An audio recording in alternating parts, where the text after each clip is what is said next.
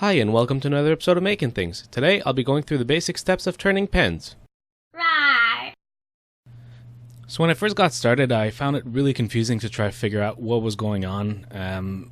People would talk about all of the different parts and the kits you can get and the sizes, and it didn't mean anything to me, so it was still pretty difficult to figure out which kit to buy. So there are just a few important things that you need to know. First off, your mandrel. That's what's going to hold your blanks while you're turning them.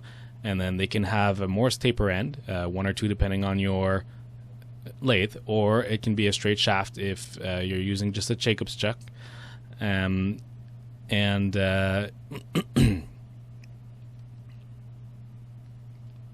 Usually it'll be smooth, and mine is tapered at the end because I modded it.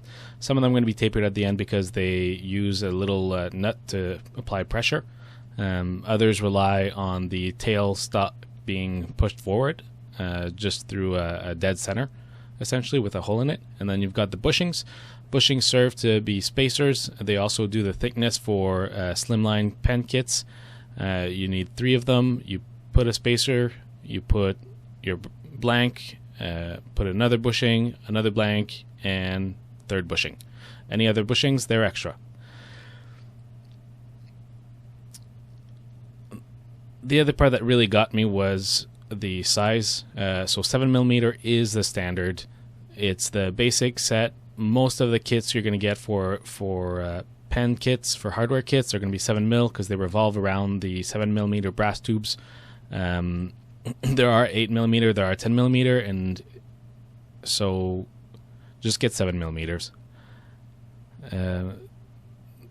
The reason it was so confusing for me is just because I'm in North America and I was trying to find something that was imperial to go with my imperial drill bits, but just get a 7mm regardless of where you are. The next piece you need is the squaring cutter, and the center of the squaring cutter is going to be used to clean up the inside of the brass tube if a little bit of glue got in there. So after you've drilled through your blanks with your 7mm drill bit, you're going to glue a brass tube inside of it, and then you're going to square your blank so that it's perpendicular to the brass tube. So these are the main parts, and that's why you need them. I hope this was a bit clearer to you than just some written stuff on the internet, because until I had them in front of me, I had a really hard time visualizing which part did what. Lastly, there's the chisels. The main ones you're going to need are the spindle roughing gouge. That's the one that's got the little U shape in it. And the other one is a skew chisel, which is used for finishing.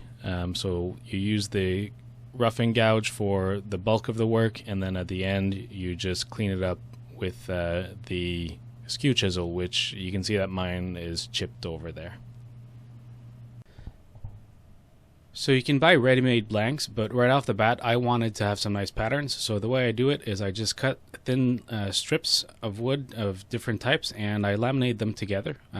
Just apply a bunch of glue, put a bunch of clamps, or recently I built myself a twin vise, so I just clamp it in there, and just mix and match till I get what I want. Next you cut to size, and you're good to go to start drilling the holes over in the ends. I cut myself a little groove in a piece of 2x4 just to have something to hold the blanks with, and it's just so I can get to it quickly. I mean, you could use clamps or whatever, but it's really easy to hold it that way. There's not enough force really for the block to turn out of control.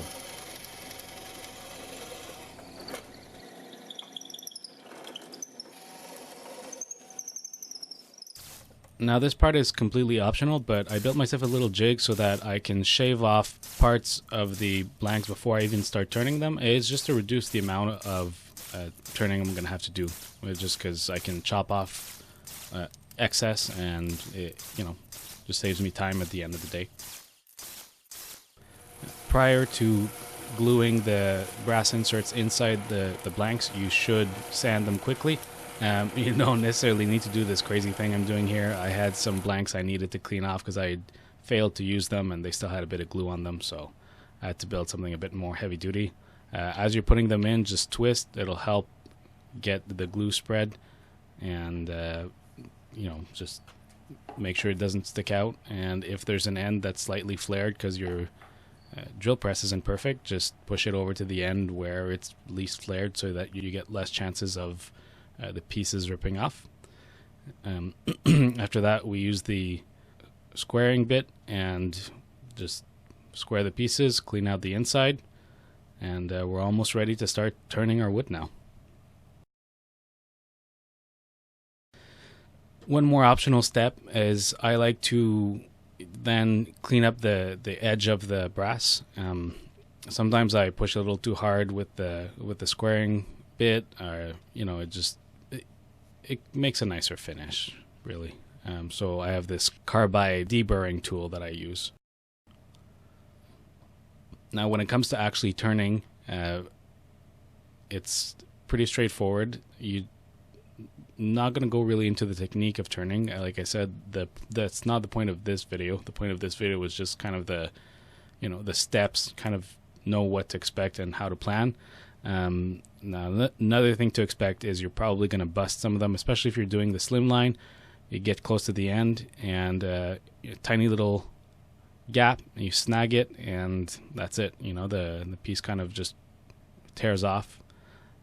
So you should expect a few of those. It's not the end of the world, but you have to be careful. You get the hang of it eventually. The other kind of issue you'll run into is the blank coming off the brass tube. This happens more with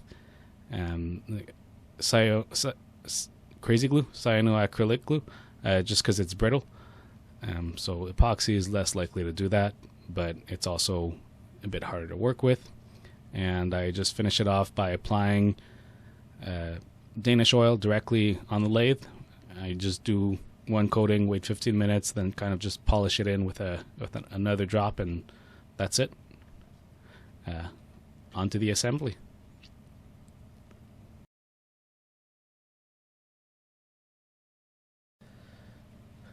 So when it comes to building up your pen, you don't necessarily need one of those specialized presses. Right now I'm using an F-clamp just as a proof of concept, just to show that really you don't need it. It's a bit of a pain, but it works.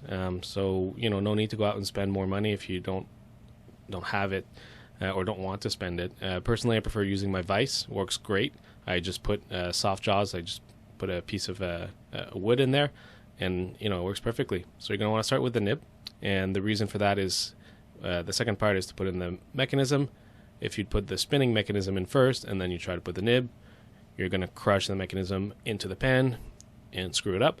Or alternatively, you'll have to put the back end onto it, and now the pen's longer while you're pressing.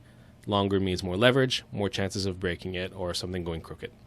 So when you're putting in the mechanism, you have to go up to the little groove onto the silver part normally, but I like to go just shy of it, and then I test it, and then if I need to go any further, I do so.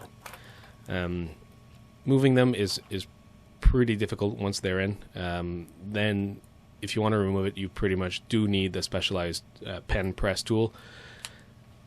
I've managed to fix a screw up once though, and that was by just cutting the mechanism shorter and then just pushing it deeper in so that it was out of the way, and I put a new mechanism in behind it. So not all is lost if you do put it in too deep by accident, but you do have to be pretty careful. You've got pretty much one shot at it. So you do it less, test it, and then push it in a bit deeper if you have to, because it is nearly impossible to retract without damaging.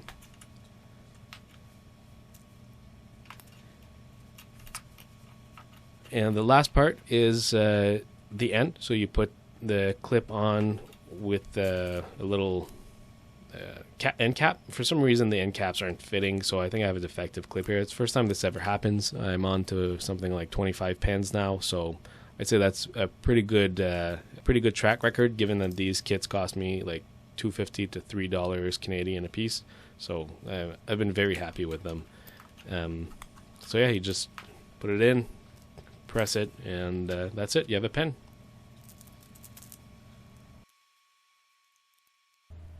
Well, I hope this was helpful to you. If it was, please like, subscribe, leave some comments, check out my Patreon. Have a good day.